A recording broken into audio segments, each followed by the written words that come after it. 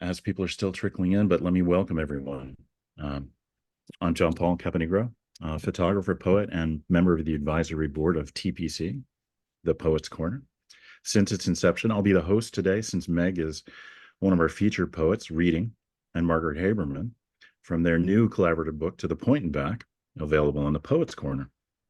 If you're new to the Poets Corner, it was founded in June 2020 to create a community of writers and readers of poetry and short prose. And today we have over 4,500 members from around the world. You can kind of see that sense here today. It's wonderful. We host monthly readings, usually on Sunday afternoons. They're free, and recordings are available on our website, as this one will be as well. We also offer workshops, craft talks, and special events, for which there may be a small fee. Before I introduce today's program, let me tell you about a few of those events. Upcoming Saturday, September 28th, the Camden Festival of Poetry and the Belfast Poetry Festival are hosting Ross Gay live and in person in Camden for an afternoon craft talk and an evening reading on Saturday, the 28th. The Poets Corner and Toad Hall editions are sponsors of this event, and Ross Gay's craft talk will be available over Zoom for a fee of $25. You can register again on the Poets Corner.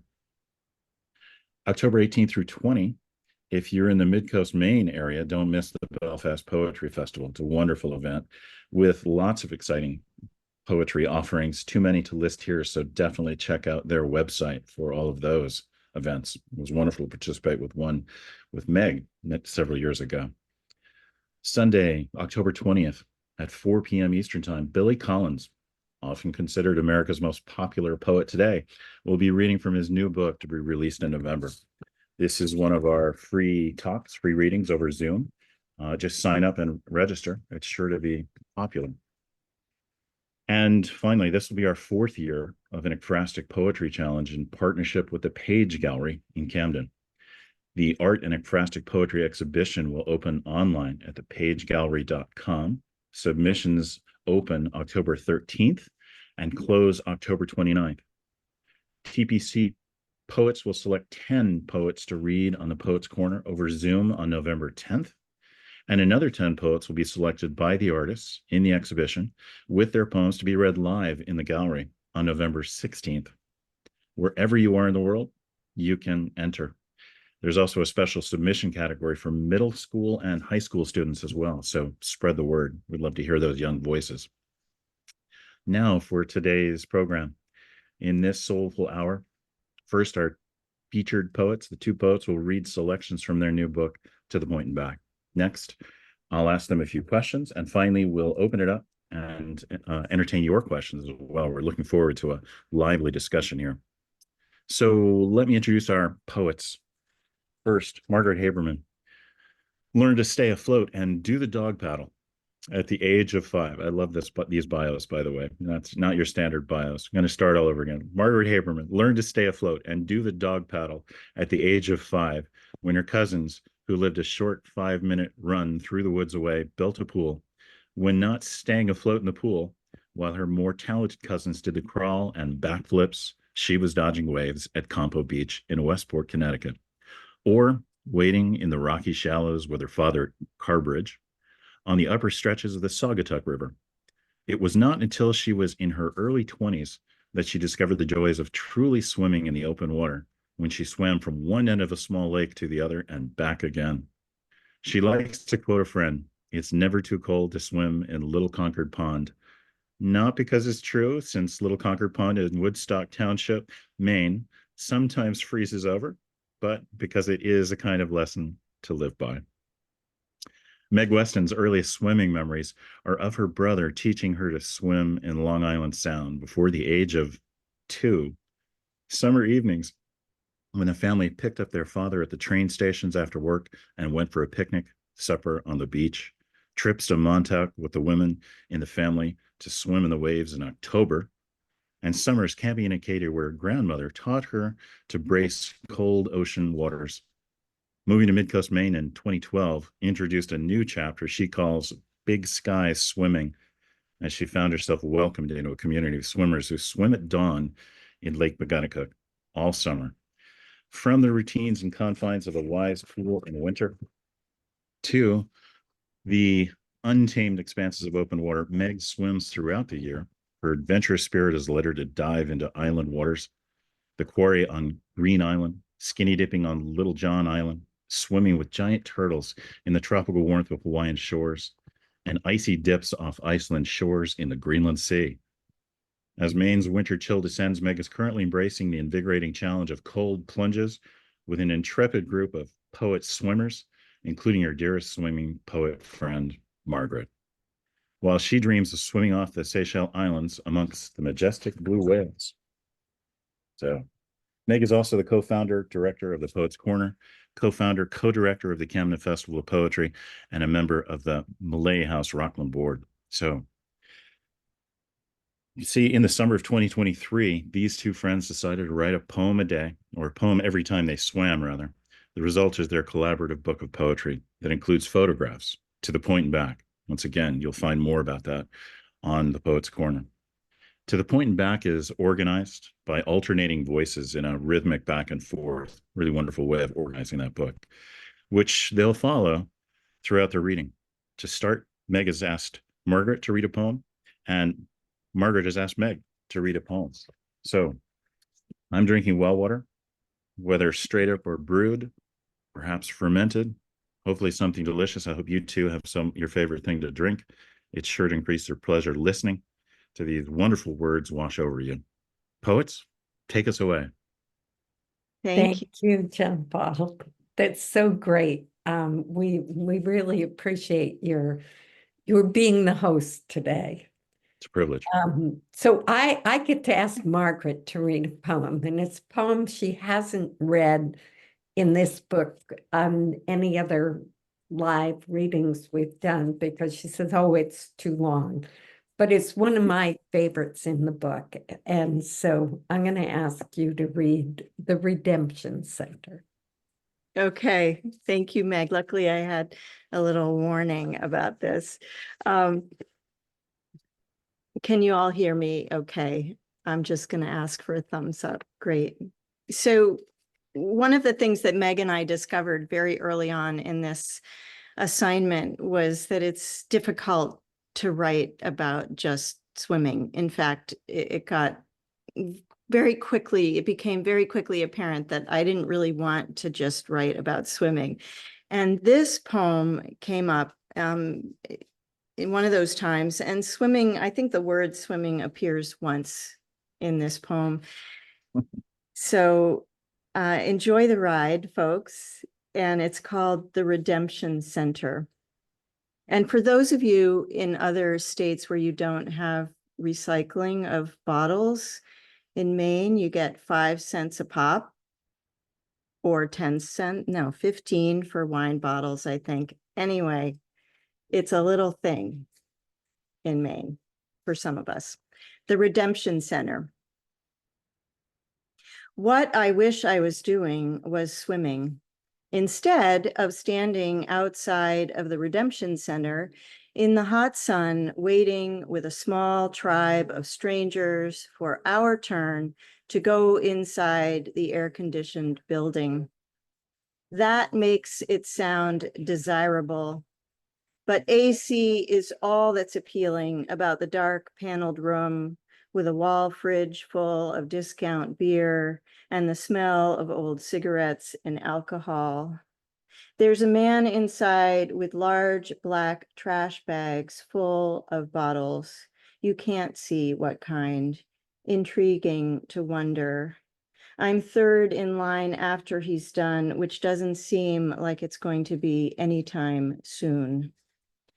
At first, those of us on the outside can look through the open door and see the dim interior and the dubious progress of the black trash bags, but then someone closes the door and we're left in the heat and the sliver of shade on the side of the parking lot where the roof hangs down. So we have to rely on peering through the dirty glass of the door to see any hope of getting this task done before noon. All of us are waiting, this little community of strangers who want or need a bit of cash. So we're going to wait in the hot sun in July, wondering how long it will be and if it's worth the wait. There's some parable of business, sunken costs, that has to do with investment of time and money. I can't remember how I know that, but the longer I wait, the harder it is to leave. The guy smoking unfiltered cigarettes tells me that the dude inside with the black trash bags has 7 bags, which we later confirm was only 6. When 30 minutes later, the contents have all been counted, and the owner of them, who's kind of to blame for all of this, comes out, and I ask him how much you get. $74. Not bad for a morning of redemption. By then, one of us has given up, the woman with streaked blonde hair and white wide leg polyester pants, and 5 or 6 more people have arrived, and I'm finally inside the inner sanctum of the place, along with the guy who arrived just after me in this blue City of Bangor truck. The man doing the counting behind the counter finally finishes with the 2 guys in front of me and decides to take a break, and disappears out back to who knows where, comes back 5 minutes later and gets a bottled water out of the tired fridge. He's a big man, wearing a KISS t-shirt with the sleeves cut off. He's had a few teeth pulled and a tattoo of a pine tree and a star, an image that might soon be the new flag of Maine. The guy behind me, city truck guy, says just under his breath, he's a little off his game today.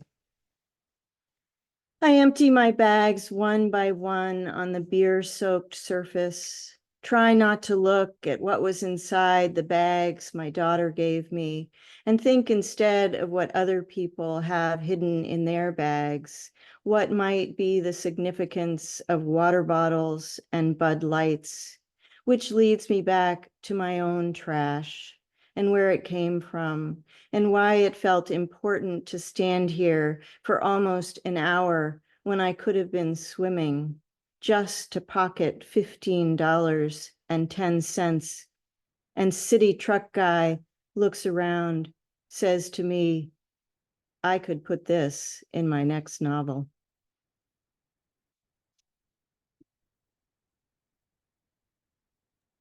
Thank you. Oh, that was wonderful, Margaret. I mean, just the whole word redemption just frames that poem. Yes, thank you. Thank you for asking me to read it. It was the first time I've ever read that in one of our readings that we've done since we published the book. And Meg, the one that I was going to ask you to read, I hope I have this right, is Diving Deep, Lake St. George State Park, Labor Day weekend. And I wonder if you would just talk a little bit about the form, since it's a unique. Sure. Thank you for asking for this poem, because I haven't read this one in our readings before either. It's a little bit long and a little bit experimental. But one of the joys of writing so much, because we swam a lot, so we wrote a lot of poems, was to try out some different forms. And this form is a haibun, and a combination of prose or prose poetry and haiku. It's a little variation on that form, but you'll get the sense of it as I read it. So Diving Deep, Lake St. George State Park, Labor Day weekend. I've been swimming in Lake Maguntacook 3 times a week all summer long for more than 10 years. This summer, I'm trying to explore further into Maine's wealth of waters. Just start by trying to learn the names of more than 6,000 ponds and lakes. Some have no name, others have multiple names. Some are called both pond and lake. Ponds allow light to penetrate to the bottom. Lakes have areas of deep water where no light can reach.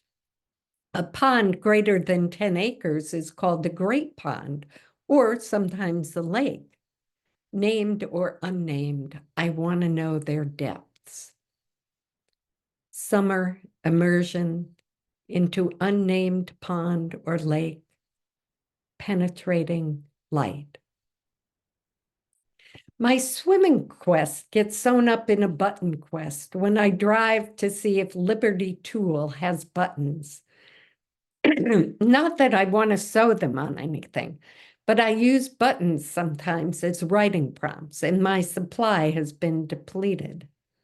My husband Roger tipped me off that the old tool place might have some. You'd be surprised at the stories that a button can evoke, although the button prompt has never before inspired a swimming story. As it turns out, Liberty Tool has only one small jar of old buttons among shelves and shelves of screws, nuts, bolts, and tools. The jar is not even full. A few old wooden buttons, some embossed metal ones, a few cloth-covered, and a price tag of $6 for this half jar, which seems like a lot of money, but since I drove a half hour to get there, I pay it. Buttoned up, no need to sew it closed, eyes open to more. Then to make the trip worth the money, I look for a place to swim. Nearby on the map is Lake St. George State Park. I walk across a grassy lawn with picnicking families scattered here and there. A few are in the water, a small roped-off area in the big lake. Overstretched mothers wearing two-piece bathing suits watch over splashing children who seem to be the only ones enjoying the water play. Watch over small bodies, splashing through shallow water, contained in large lake.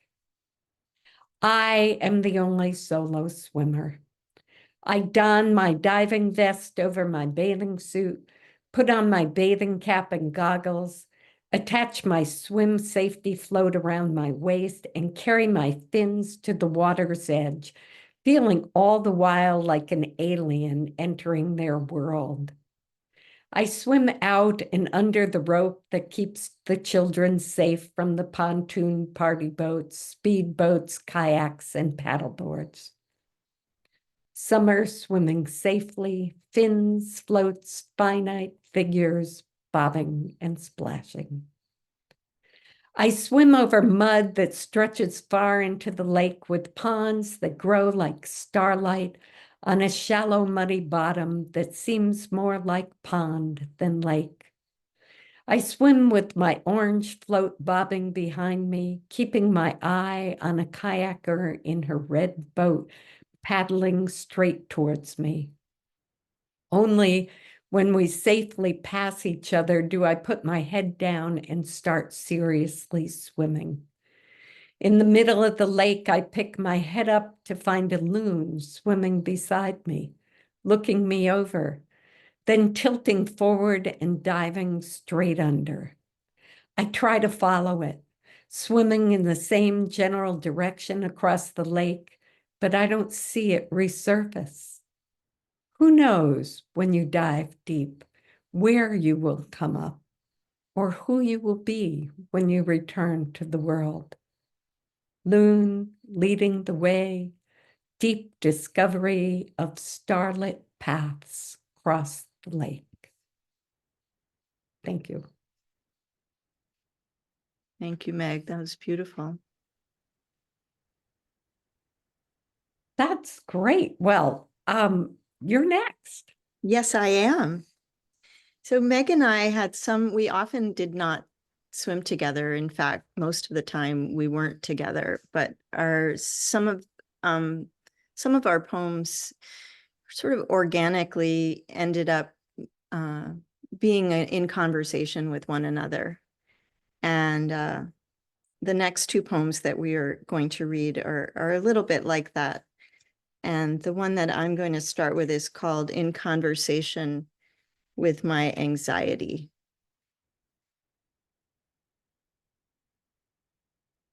In conversation with my anxiety.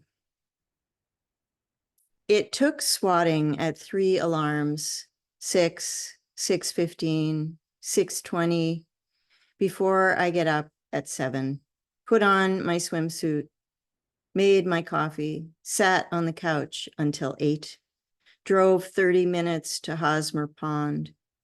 Sometimes I'm afraid the water will be cold, even though I repeat to myself, I am not afraid of cold water.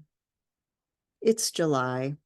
The water is not cold, just the surprise on skin, a familiar story told to friends around the table.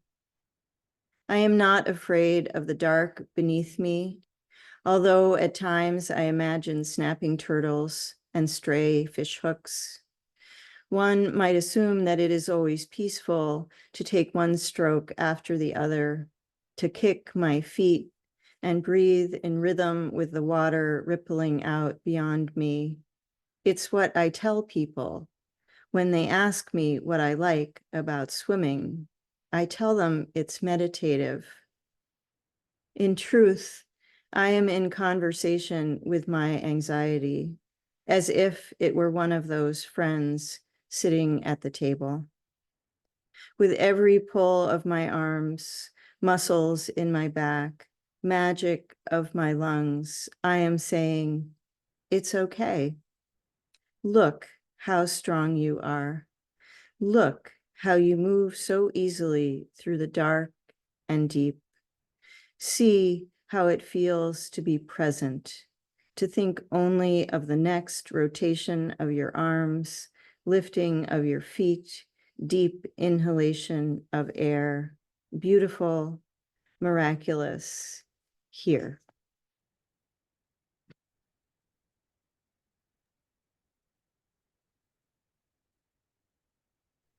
So we didn't actually plan it. Often that our poems dealt with the same subject matter. And until we started putting the book together, we began to see these pairings. So the poem that I'm going to read is called Swim Thought Bubbles. Margaret, what do you think about when you swim? I think about whether the water temperature is too cold or too hot, or just Goldilocks right as it was today. I think about if I'm too tired, I didn't sleep well. Will I ever get enough oxygen into my bloodstream to keep going for a mile? I think about the trees and the shoreline and whether I'm out too far into the lake and might get hit in the head by a paddle. I think about whether I'm too slow, whether I can keep up, why I'm not faster, why I don't care about learning to improve my technique. I think about what or who created all this beauty and gave me the ability to appreciate it. How lucky I am to still be swimming at 72. I think about the sky, about the day ahead, about the thoughts of all the other swimmers forming droplets into the lake. I think about not thinking and just breathing, stroke after stroke until the end.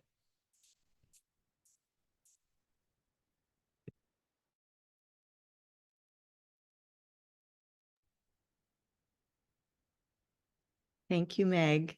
Meg, we're going to read these next ones about 100 Acre Island, and I think you will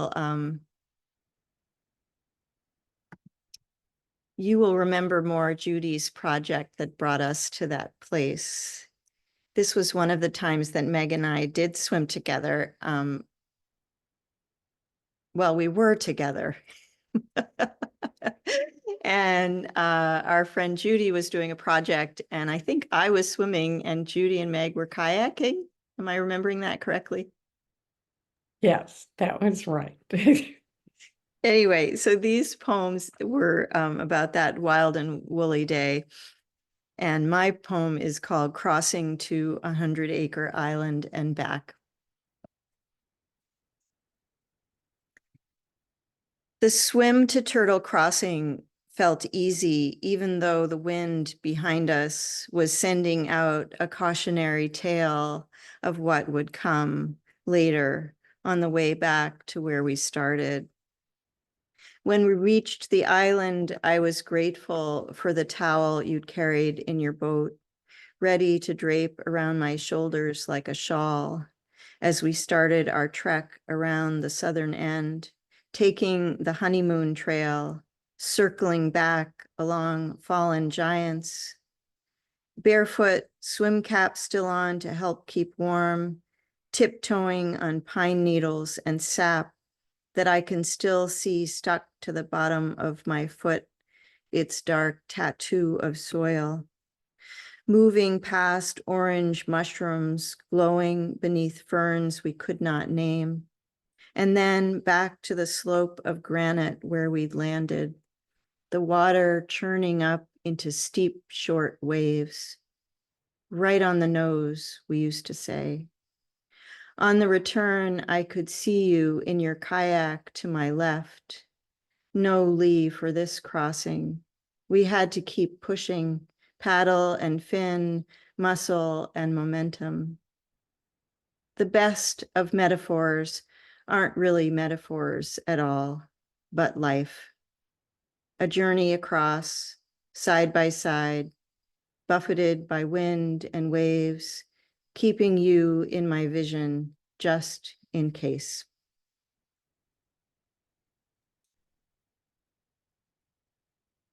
That is such a beautiful poem, Margaret. And I think Judy is on here, so she might want to put something in the chat. But Judy Odell was photographing a project, the watershed, of an area where they're proposing doing some mining in Maine. And so we all got to swim in this lake where we Crawford Pond, I guess, that we'd never swum in before. Actually, I didn't swim. I think it was a cold, blustery day. I chose to kayak along with, but Margaret's more intrepid swimmer than I am. So mine is called The Island in the Middle.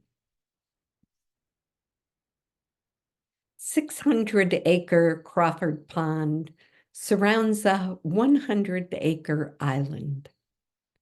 Clementine-colored peak caps and sunflower yellow fringed hats of magical mushrooms and slender white stems of Indian pipes I haven't seen since childhood. Ghost plants silent on pine needle paths. I've tiptoed back to a time when the world was new, every plant a discovery, every color saturated, none to be taken for granted.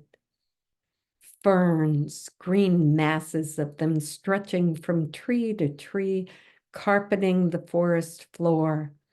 I haven't seen this many ferns since my mother first showed me their delicate fronds, pinnated petals extending from a central petiole. She shared her love of them and mushrooms too.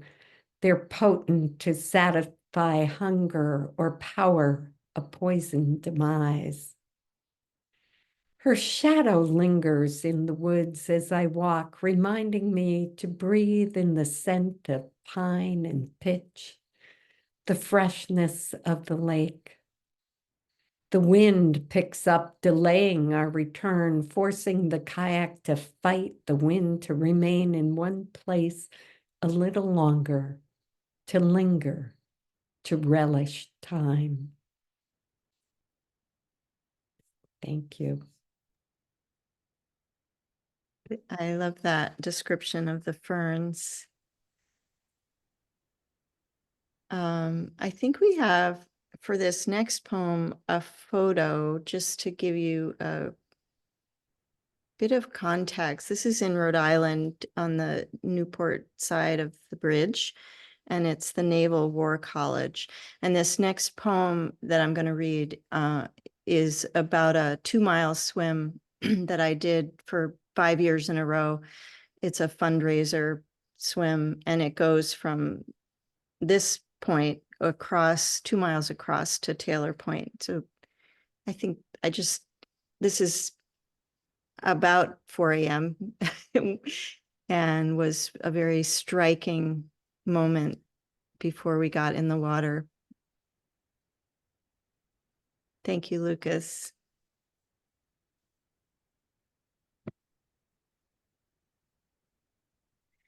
It took us a while to get in the water because we were actually standing around for a couple hours waiting for storms to pass and for the people to give the thumbs up. And this poem is called 4 a.m. at the Naval War College, Waiting to Swim. Storms sit around us like ancient gods in a debate about the worthiness of the humans waiting in the dark in the parking lot. Slowly, with a dim dawn, the lights of the old building on the hill spill out on the field toward the Newport Bridge, lit in red, white, and blue, in case we had forgotten the colors of a certain history. In the parking lot, when the rain ends, we get out of our cars and walk in concentric circles, wondering if someone talking to someone, conferring with someone else will give the nod and proverbial thumbs up and let us go. Strange activity of freedom to finally put on our gear, wade into the water, peer about for jellyfish, and point ourselves across the narrow part of Narragansett Bay, 2 miles to Taylor Point. Someone says, when you get to the point, you will think you're almost there, but you're not. That seems to be true of these hard things we endeavor out of choice, not necessity. I push into the water, willful and determined, reluctantly resigned to the decision made by the gods to part the clouds and move the lightning beyond us to the north. The risk is slight, but the effort no less. See you on the other side. And then we go, counting the towers on the bridge, counting strokes, counting each breath, counting down. This, because it is hard, but not as hard as counting the strange worries that occupy each dark cloud, like electricity and noise.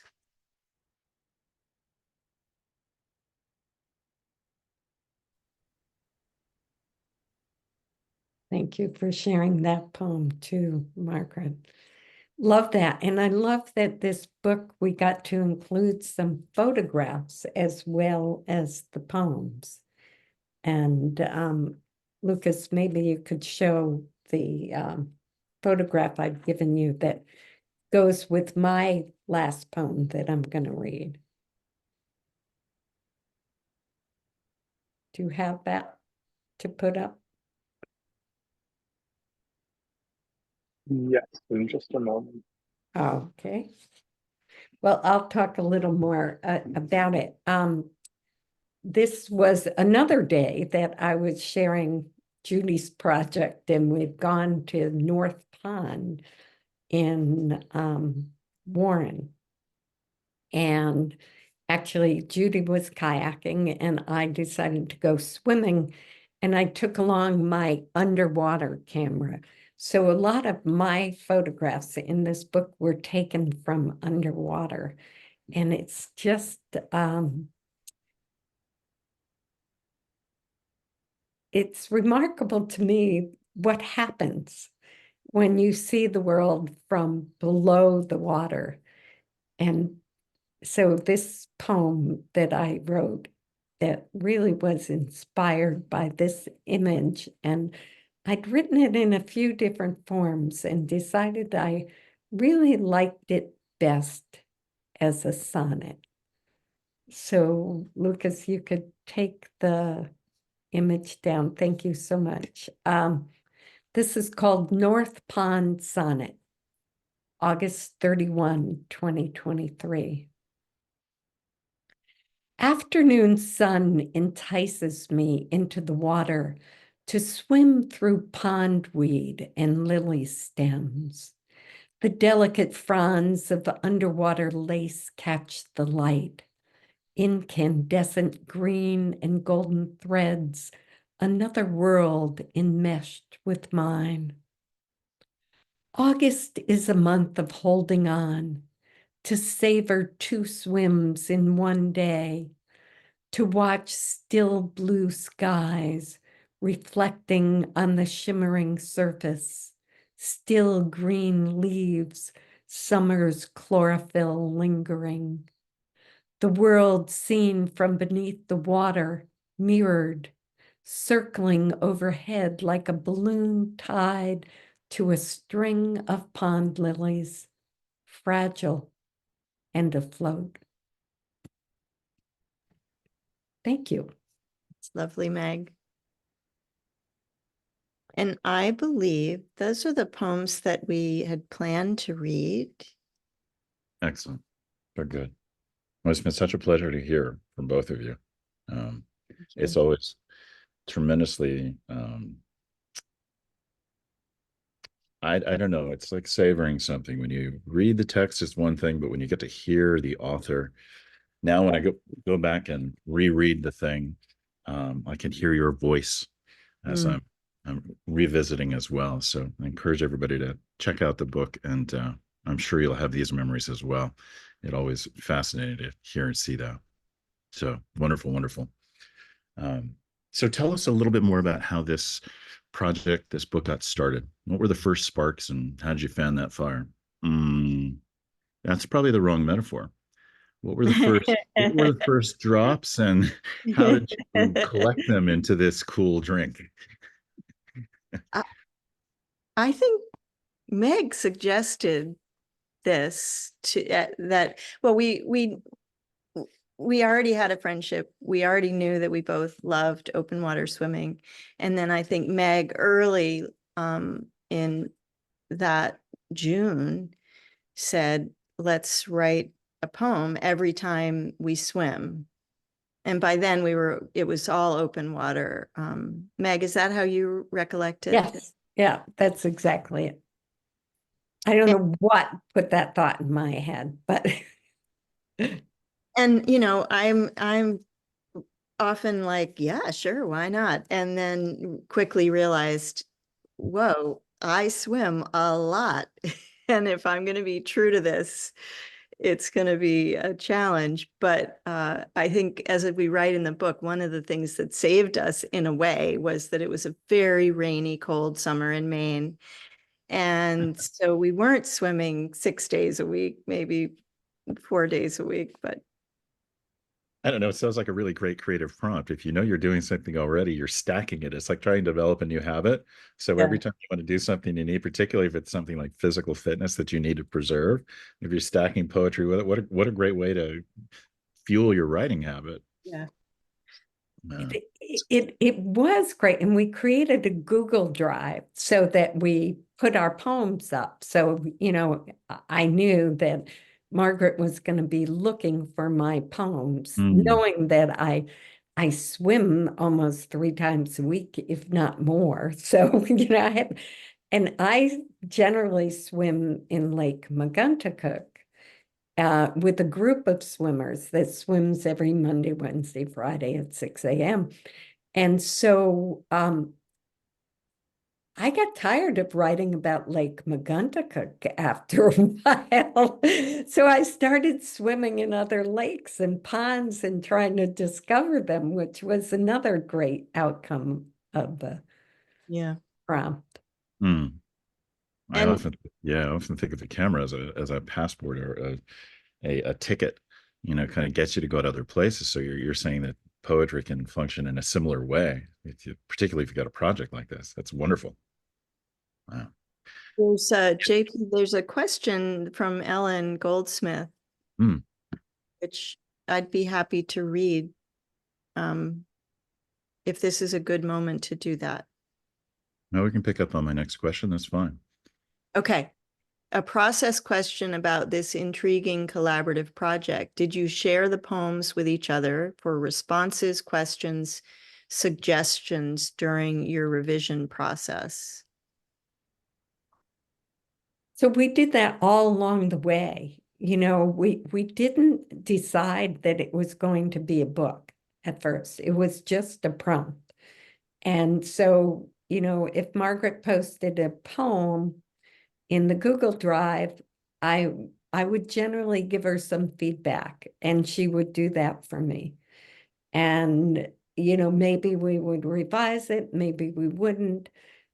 But usually I did. And I also have a poetry group. A lot of them are on here, the 9 Poets group, that I meet with once a month. So often I would bring swimming poems to that and get feedback on those as well. And Margaret and I take Kevin Pilkington's workshop in the summer. So we were taking it that summer as we were swimming and working on this. So some of those poems found their way into that workshop as well. So they definitely got feedback along the way, even before we started working on the book. Mm. Man, Kevin is with us here today as well. Yeah. So it's close to one of the questions I want to ask. I mean, close poet friends are special kinds of friends. I mean, you mentioned the 9 Poets group, and I know that sometimes we share things that we don't even share with our partners. And I'm just wondering if you felt like you deepened your friendship between each other. Certainly you sustained it, but did you go to unexpected places as well as a result of having this collaboration? Do you want to start that answer, Margaret? That's a really interesting question. I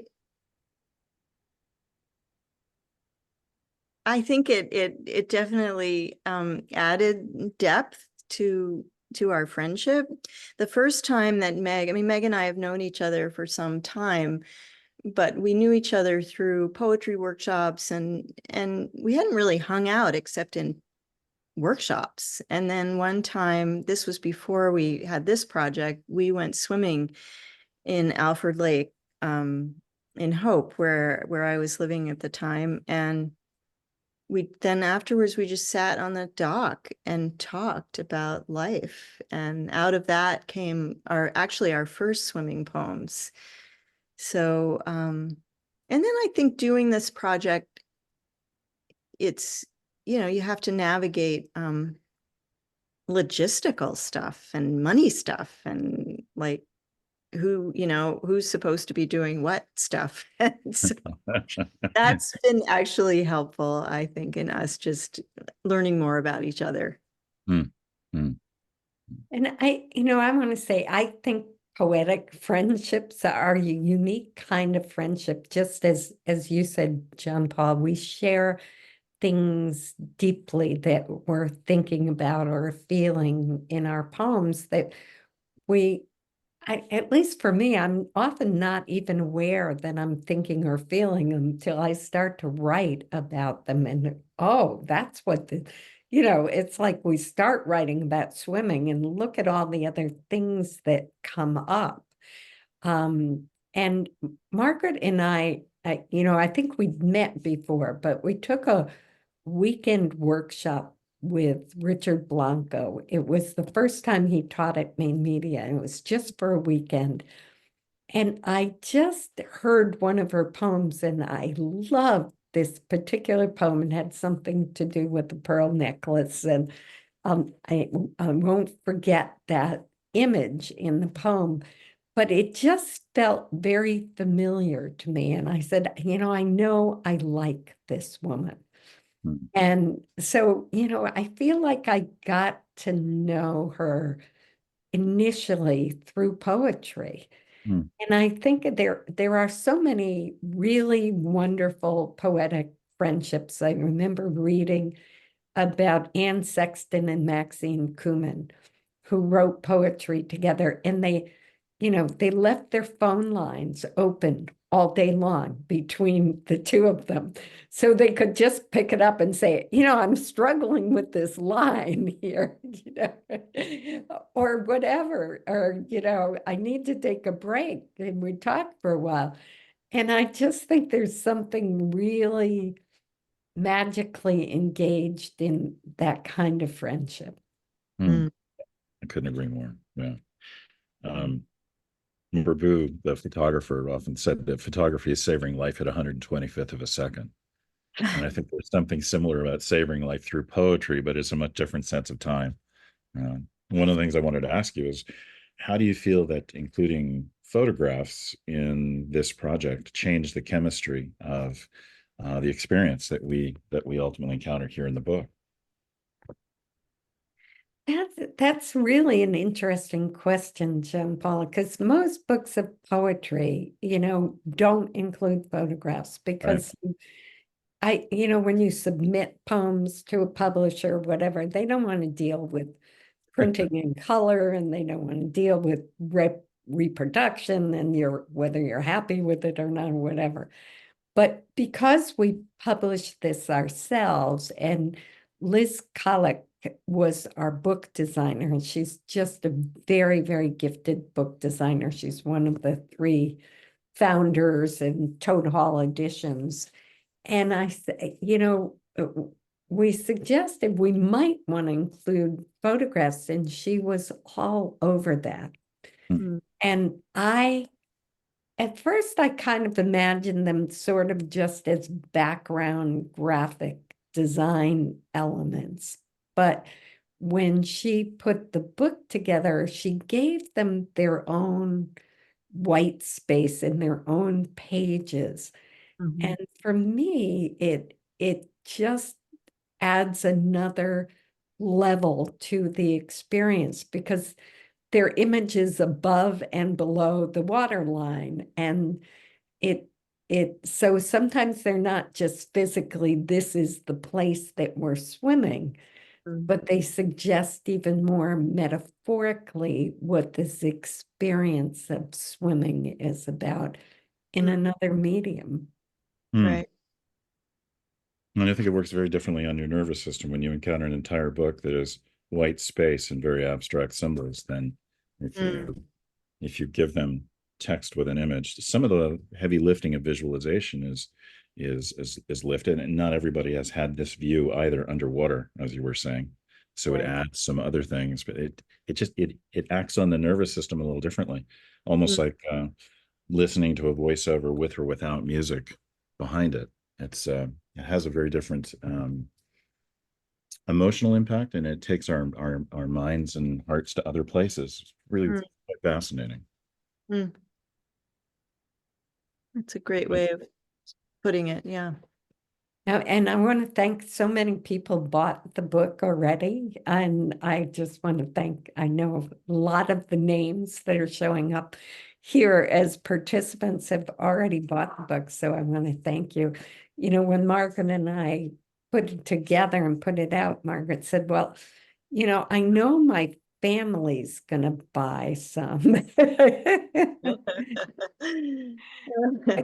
It's kind of a vulnerable thing to put your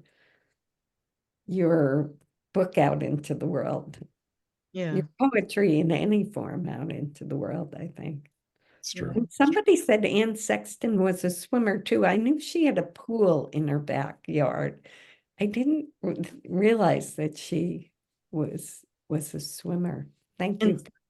People have been writing just beautiful things that are water images, and I would just want to thank folks.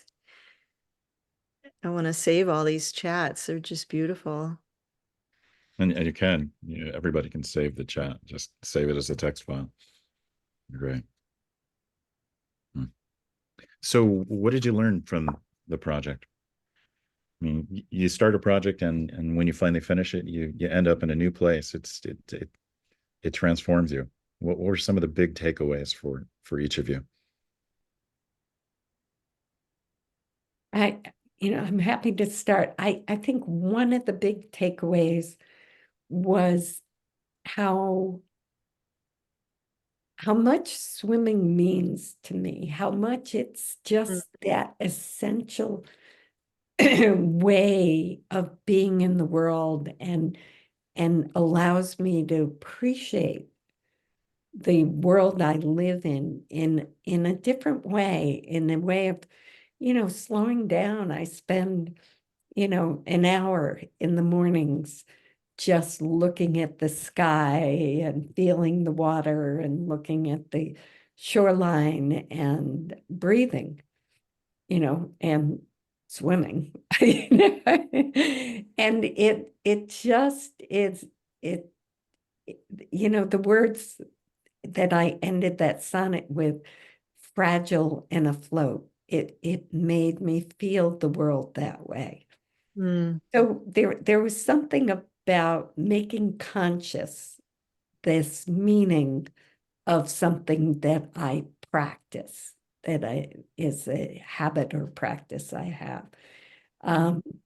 So the consciousness of that, and then the fun of doing a project with a good friend, with my good friend Margaret, is also just, I learned how much joy I have in, writing is a very solitary practice. And to be able to share it with somebody and all the way through to putting a book together is, really a communal practice that was very meaningful. Hmm. Hmm. Hmm. I travel a lot around the state of Maine for my work. Yeah. And so in the wintertime, I often have my cross-country skis and my ice skates in the car and my swim bag to go to the Y. And then in the summertime and even in, early fall, I'll have my swim gear. And one of the things that this just made me, not that I learned, but that I was brought to more awareness to the fact that even though swimming is very solitary, for me, it's often done alone. But there's all these people in my poems. There's all these that I don't even know them, And so it's like, oh, like I interact with the world in a way that's coming through in these poems. It's about observation and about being open to meeting strangers and being open to exploring wherever I am. So I guess it was an appreciation of that aspect of my life, and of course, just an appreciation of a friendship. Somebody's asking here, after this project, do you have a habitual urge to write after you swim now? Take turns. And I have to say, no, I don't. I occasionally want to write another swimming poem, and occasionally I do, but I think I got that out of my system. How about you, Margaret? I think it has for me too. One of the lovely things that evolved after this book came out was that a small group of us, including the book designer Liz, started doing polar plunges once a month. I mean, it's not a polar plunge now, but we started, just Meg and her husband and I, in November, and then we did our first one as a group in January, and then we've done them once a month, typically in the ocean. And in that group, we're all writers of some kind, so we give ourselves a prompt. It has nothing to do with swimming, but it feels kind of like a continuation of how can you structure your life to have to write more and to not be so. I think what this did for me was just like, I just had to sit down and write every single time I went swimming. And whether it was, a shitty poem or, an okay poem or one that seemed great, at least I was producing something, and that felt important. You So know, has the adrenaline surge of the polar plunge led to better poetry? Are you finding that? I think so. I've been I dying to ask. So you're swimming, unless you have some underwater tablet and pencil, you have this great idea come into your head. How do you hold on to it, or do you not? Do you lose some, and did some get away? Well, for one thing, you have a long time of doing the same thing over and over for those lines to fix themselves in your memory. So I don't think I've lost the sum. I think the idea and maybe a few of the lines come to me while I'm swimming. Not always. Some of them came after swimming, but I don't I can't remember ones that got away, like a dream gets away if you don't Yeah, write it down right away. yeah. I can't remember any that just disappeared once I got out of the water by the time I got a chance to write it down. Mm. How about you? I think uh I think most of mine evolved um after a swim. Or there Hmm. might be a kernel, there's one called that's to the man who helped me out of the water. And it's that encounter with that man while I was swimming, I was like, oh, that might be a good poem. But it really wasn't until after I was driving home and in the car and I think for me, most of them were later after the fact. Hmm. Hmm. I was gonna also say that the structure was so helpful. And Natalie Goldberg, who wrote Writing Down the Bones and talks a lot about writing practice, was here in August. And she made the comment that the book was you created a practice for yourselves. You created a structure. And then, as Margaret was saying, you just had to write and see what comes up on the page. And that was such a gift. I miss it now, actually. I miss having that something that makes me sit down at the page, whether I want to or not, and just see what shows up. Hmm. Hmm. So how about putting the book together? I know there's a long process of revision, selection, sequencing. That often gives us new perspective on what we've already written, some of the things that are missing that we might need to fill in. So many things are learned in that process, but it's also quite different when you're doing it collaboratively. And I'm wondering how you found that affected that process. Mm. Well, Meg is well, all three of us are involved in the Camden Festival of Poetry. Meg is the super involved human, and but so we were having lunch together in Camden, downtown Camden, Maine, and I don't know, it came up, let's publish this, let's self-publish this book. And I don't know if this is really answering your question, but and then it was like, hey, let's publish the book in time for the Camden Festival of Poetry, because I'm sure we'll just sell like 100 books.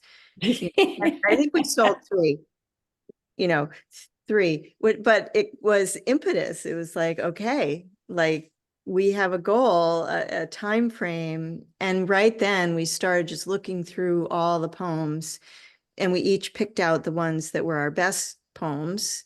We kind of did, the A, B, and C poems, and then we got rid of the C ones, and um and then we talked about the order of them and where they might fit together. And I think there were times where I really liked a poem of Meg's and thought and encouraged her to include that in her selection, and that happened for me as well. Yeah, we looked a lot at poems that, the selection and the sequencing was really fun because discovering poems that might not have been written at the same time, like the Crawford Pond poems we wrote, but that seemed to really speak to each other. And that was really fun to find these conversations in the poems and put that together in sequence. I think that was really one of my favorite parts of the of putting the book together. And then I think we have kind of different processes in terms of revision and structure and deadlines and timing. So it was so helpful to have Liz as the book designer orchestrating that. Okay, I need this by then. Huh.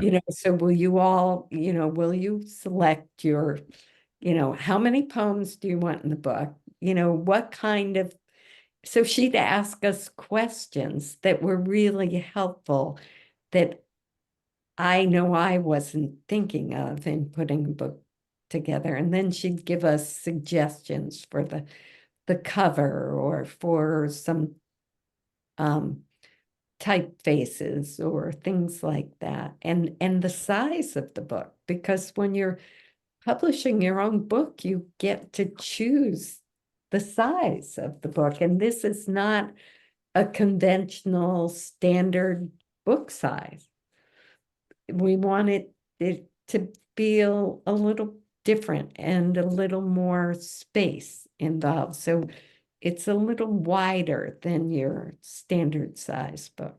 And those were really fun decisions to make in the process.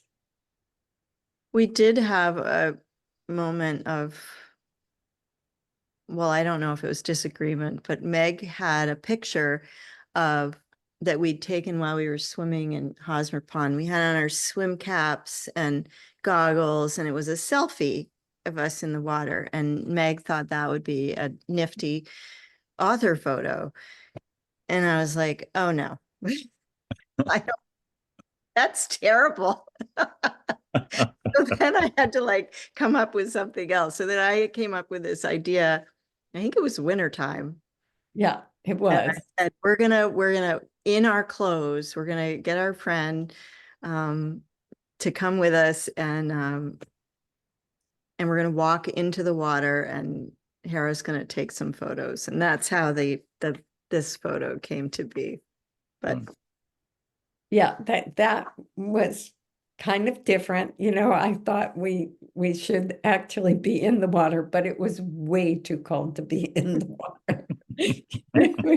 we both showed up wearing black, and we just couldn't stop laughing, which is great. It was really fun to have, and Hera did a great job taking the pictures of that. So that was fun. I've got one more crazy question for you, and then I want to open it up to the rest of the audience here. And I know there's one waiting, and I'm going to lead with that. But if others have questions, please put them in the chat. We look forward to hearing you and invite you into this conversation. So, have you taken the book for a swim? Have you put it in a waterproof bag and taken it to the point and back? And have you got any shots of that? I want to see, that or hear about that poem. The book itself goes swimming.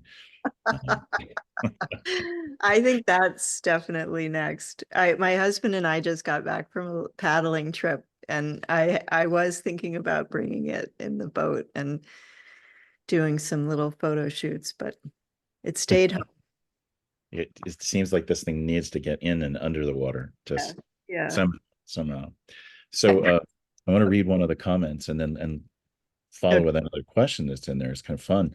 Mandakini says, I believe there's something called the blue mind that kicks in when one is immersed in water at the chest level for some time. A lot of religious rituals include immersion. And there's a follow-up here from Trink.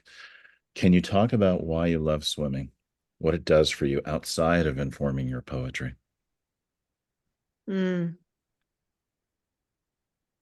Wow. I didn't know that about immersion, which is really very cool.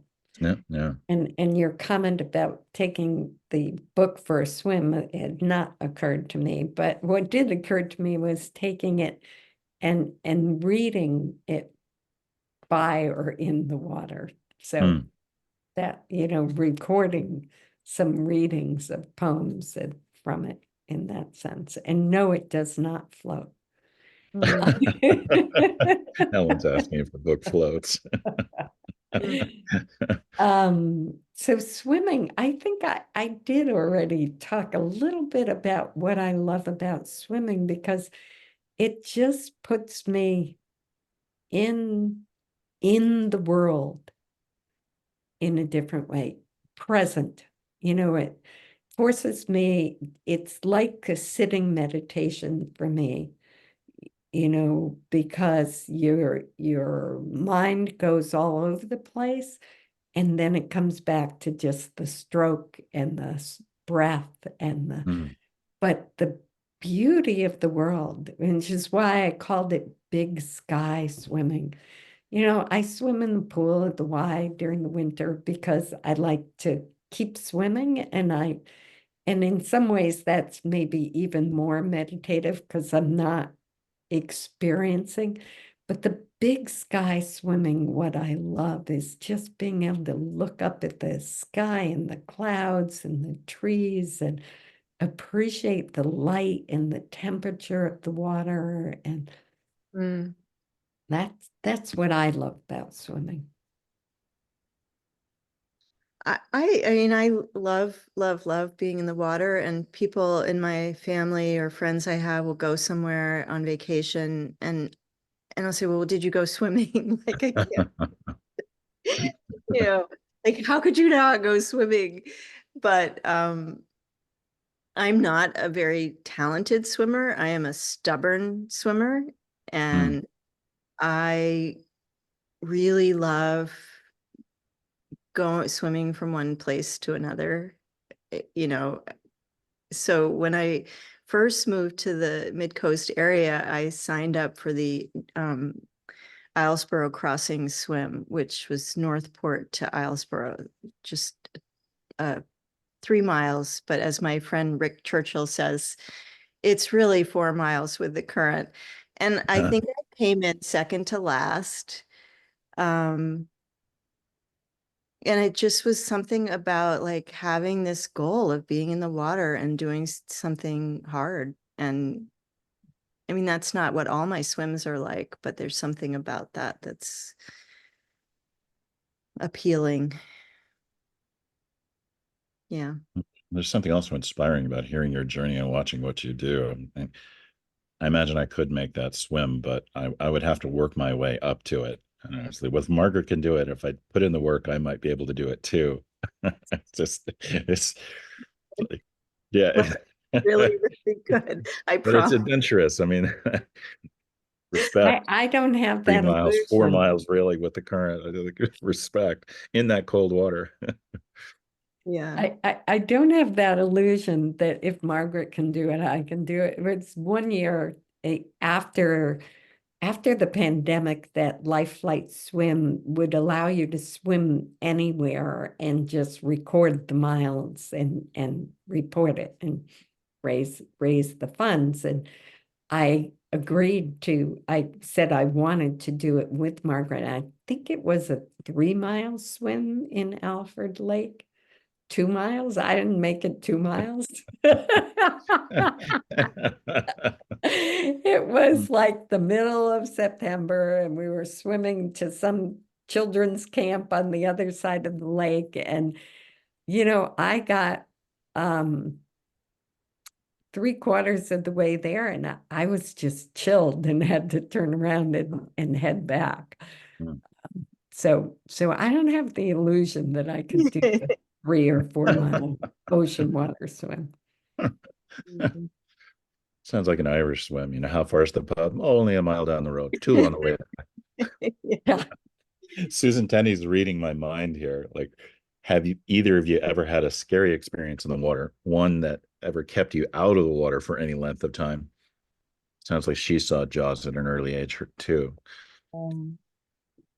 Well, I mean, I used to train for the Islesboro swim at the Breakwater in Rockland with a wetsuit, and it's about 2 miles. And I have to say, I'm pretty freaked out about sharks. Hmm.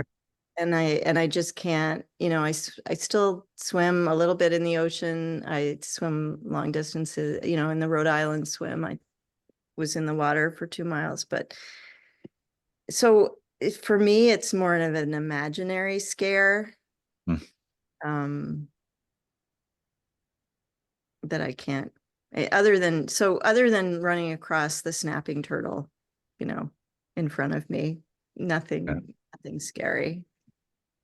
I don't know, it gets up in my head too, but the stats are that you're more likely to be hit by lightning than get bit by a shark. I- It's like it's really rare. It's just this. I know. The water's so deep and what if there's something undiscovered, some I monster they've look never like a discovered before seal. that flies I'm up. in this wetsuit. I look like a seal. That's how I. Right. Right. Yeah, I don't get why they make wetsuits black so that you look like a seal. I just don't understand that. I mean, there's nothing that's kept me out of the water that scared me, but I do, occasionally I'm swimming along and I feel something and I'm like, what was that? But my best experiences are when I'm swimming along and there's something like a loon swimming next to me. I Hmm. hear the call of the loon. So I'm not one that's, really freaked out about other life in the water. Mm, And I was hoping you'd say, well, you just sort of get over it. You get out there, you don't run into this stuff so often. It becomes so habitual. You say, yeah, it's not really out there. It's so low. And like my experience is nothing so far. I saw a snapping turtle, but it didn't bite. Big deal. yeah. One of the other questions, a very interesting one, did the rhythm of swimming change the rhythm of your poems? Uh, Hmm. did you Yeah. try and incorporate some of that body rhythm into it? Actually, I'm a little bit surprised there isn't more anaphora because it is such a cyclical stroke, stroke, breathe, breathe, breathe. Um, Yeah. I don't, for me, if it did, it's unconscious. hmm, hmm, Yeah, I would say, I didn't consciously put it in there, but I think sometimes, particularly the poems that are long, short line poems, those feel like the rhythm of swimming hmm, get into the poem. hmm, Mm. hmm. Yeah. Somebody's asking about practicalities like dry skin, hair, food, fuel, etc. Weren't you talking about lotion as I we was. were getting ready for this? Like, yeah. I'm out of lotion. My skin is very dry. I have this swim buddy that I've done the Rhode Island swim with, and he every once in a while sends me like a package of like skin things and hair things. And like, other than that, I don't know. I eat a lot, but that's true. I eat a lot. Hmm. Well, you're burning the calories. Yeah. And I Yeah. like it. So I find that I have to swim in a high neck, long sleeve bathing suit in the lake because my skin can get irritated by something in the lake in the summer. I don't know what it is, but Hmm. I get a rash from the lake, so I do cover up. Um, the dryness is more about the pool than the lake swimming, but it's interesting, just gear that you do. Like I now have an insulated vest so I can stay warm and swim a little earlier and a little later outdoors in the swim.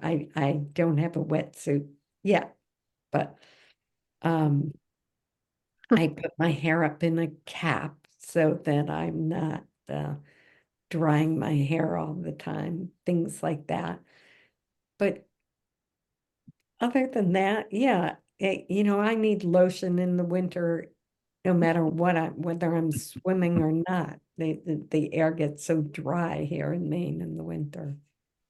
Hmm. Hmm. Are, Just our wetsuits come in pink as well. So yes, it's true. nice colors. Our My dear, long sleeve bathing suit is made by a company called Waterlust, and I Nice. love it. And they use patterns based at, like, there's a whale shark version, and Mm, there's a coral reef version. They use the marine patterning on their suits. I just love them. perfect. I just wanted to note that our dear friend Bonnie says, I heard the swimming rhythm in both of your poems immediately. That's so interesting, Bonnie. Thank you for sharing that.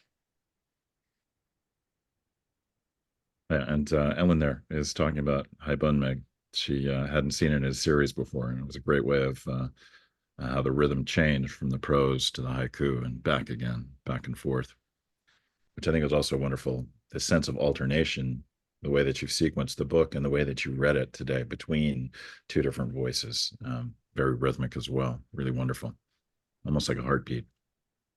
Thank you. It's something that's new to me, but it's a form that really intrigues me. I don't know if others have written Haibun before, and it was new to me. And John Paul, because you know so much about haiku and other forms, helped me with this particular poem as I was putting it together. Yeah, it's a wonderful, wonderful form. In fact, it really was kind of the dominant form before haiku was even thought of as a separate form. Really kind of fascinating to dig into the history there. Anyway, There was one question from Joan. When Hmm. and why did you decide to make your poems into a book? And Joan, I think we sort of touched on that, but I think it was a little of a whim. Since we had these swimming poems, and then I think it was Meg who was like, let's just do this. Why not? And gave me the courage to take that leap. And I mean, self-publishing it's not just a leap of faith, it's also, it's a financial investment. And I'm so glad that we did. And it's also the time, the effort to be Yeah. the publisher, the marketer, the promoter, yeah, Mhm. yeah, Yeah. you're doing a lot of tasks, but pretty amazing that we can do all of that these days as well. Yeah. And something like this. Yeah. I've self-published a chapbook and this book with Margaret, and published another book, Magma Intrusions, with an independent publisher. And I think that the work involved is more in terms of book design, for self-publishing, but the work in marketing is about the same. And unless you're with a big press or something, with an independent press, you're doing so much of the marketing yourself anyway.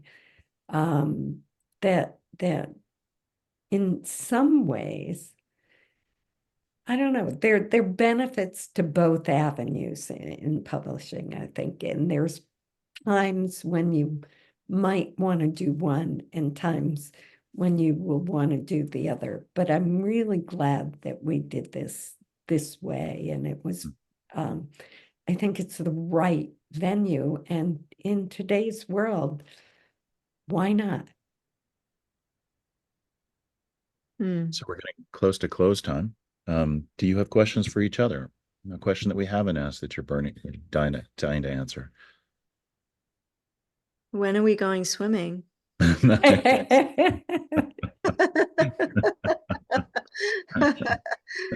Oh, Hmm. no.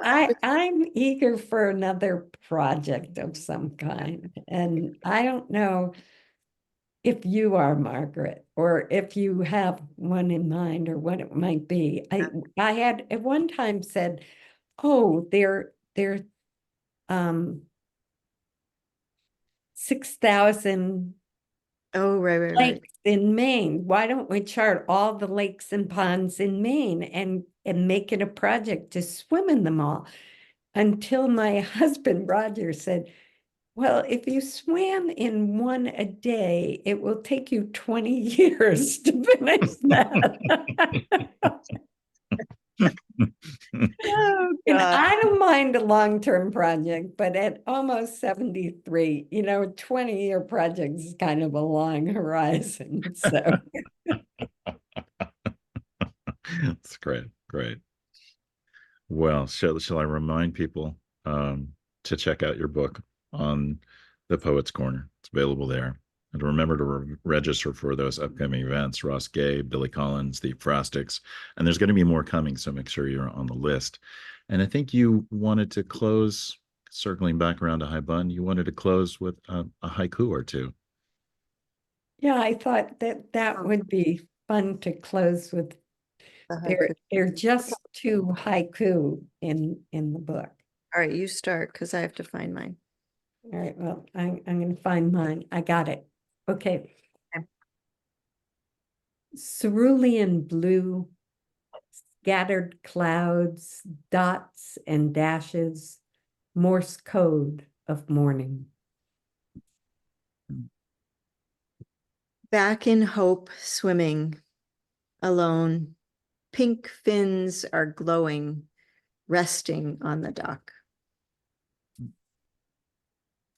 I just want to thank everybody who swims with me. So many of my fellow swimmers are here. So many of my fellow poets are here. And so many of you have just supported our poetry, bought the book, showed up for readings. So I really want to thank everybody who came today. Yeah. Thank you all for being here, and thank you, John Paul, for helping facilitate this conversation. It's been a privilege. Thank you. It's been a wonderful, wonderful time to spend together. Great. Thank you all. Thanks.